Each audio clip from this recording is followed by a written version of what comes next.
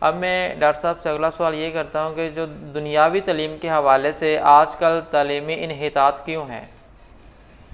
جی doctor صاحب۔ اس میں سمجھتا ہوں کہ ہمارے مین جو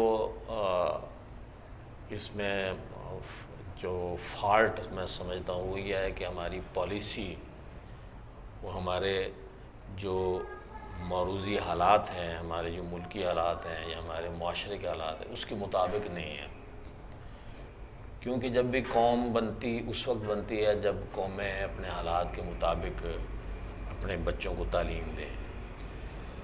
ہمارے معروضی حالات کچھ اور ہیں اور ہماری تعلیمی ضروریات کچھ اور ہیں، لیکن ہماری پالیسیاں جو ہیں وہ اس کے برعکس ہیں. اس وجہ سے ہماری قوم کو یہ سمجھ نہیں آ رہی کہ ہم نے کرنا کیا ہے اور اپنے بچوں کو کیا بنانا ہے. تو اب دیکھ لیں کہ ابھی ہمارا پرانا سسٹم چل رہا تھا، F A F S C ہوتی تھی، B A B S C, پھر ایم اے ماسٹر تک پی ایچ ڈی، سارا پورا سسٹم تھا. اور وہ ابھی تک لوگوں کو اس سسٹم کا نہیں پتہ چلا جو پاکستان بننے سے پہلے سے چل رہا تھا. اب بھی آپ دیکھ لیں دیہات میں کسی پوچھیں، کوئی پوچھتا ہے کہ بیٹا آپ کس کلاس میں پڑھتے ہو، کہتے ہیں جی میں ایف ایس سی کر رہا ہوں. تو وہ کہتے ہیں اچھا تو 12ویں پڑھنا ہے یا 11ویں پڑھنا ہے، یا وہ کہہ دیتے ہیں سمپلی آپ ایف اے کر رہے ہیں. یعنی لوگوں کو بھی F S C F A کا نہیں پتا. تو ہم نے اس قوم کو الجھا دیا ہے بی ایس میں، بی ایس 4 ایئرز آپ نے کرنا ہے جی، پھر ہم 5th سیمسٹر میں داخلہ لینا ہے. تو ایسا ایک مکسچر بن گیا ہے کہ وہ قوم کے بچے جو ہیں وہ ان کو سمجھ نہیں آ پا رہی کہ ہم نے کرنا کیا ہے. اور سب سے بڑی بات یہ ہے کہ ایک بھیڑ چال ہے کہ ہر بندہ سمجھتا ہے کہ ہم نے اپنے بچے کو ڈاکٹر بنانا ہے، انجینئر بنانا ہے. اور اس میں آپ دیکھیں کہ ہر بندہ اس خواہش کے لیے اپنے بچے کو کسی اکیڈمی میں بھیج دیتا ہے یا کسی پرائیویٹ ادارے میں بھیج دیتا ہے. تو حالانکہ جب ہم پڑھتے تھے ٹیوشن کا تصور بھی نہیں تھا. ہم نے کبھی کوئی ٹیوشن نہیں پڑھی، آج تک کوئی ٹیوشن نہیں پڑھی. تو اس وقت جو ٹیوشن پڑھتے تھے ہم سمجھتے تھے کہ یہ نالائق بچے ہیں جو ٹیوشن پڑھتے ہیں. اور جو پرائیویٹ اداروں میں بچے پڑھتے تھے ان کو بھی لوگ کہتے تھے کہ ان کو سرکاری اسکول میں داخلہ نہیں ملا اس لیے پرائیویٹ اسکول میں داخل ہوئے ہیں. اب سارا کچھ الٹ ہو گیا. تو یہ وجہ ہے کہ ہماری تعلیمی پالیسی نہیں ہے، اور جس وجہ سے عوام جو ہے اس کے اندر کنفیوژن پایا جاتا ہے.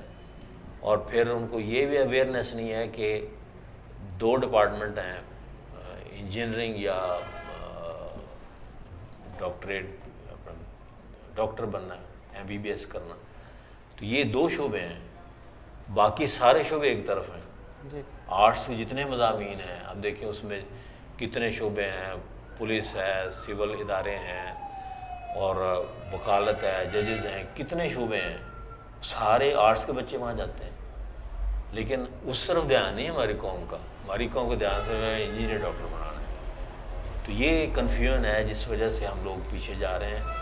اور میں سمجھتا ہوں کہ بچے اگر ان کو صحیح گائیڈنس دی جائے، ان کی کاؤنسلنگ کی جائے، اور ماں باپ کی بھی کاؤنسلنگ کی ضرورت ہے. کہ ماں باپ کو پتہ ہونا چاہیے کہ ہمارے بچے کے اندر کیا صلاحیت ہے. جب بچہ گھر میں پیدا ہوتا ہے، پروان چڑھتا ہے، بڑا ہوتا ہے، اس کی ساری صلاحیتوں کا پتہ چلتا ہے. لیکن ہمارے ماں باپ کو ٹائم ہی نہیں ہے کہ اپنے بچوں کو واچ کریں. تو اس وقت سے بچوں کو دیکھنا چاہیے کہ بچے کی نیچرل اس کی کوالٹی کیا ہے، اس کے اندر کیا کیا صلاحیتیں ہیں، اس طرف بچے کو لے کے جانا چاہیے.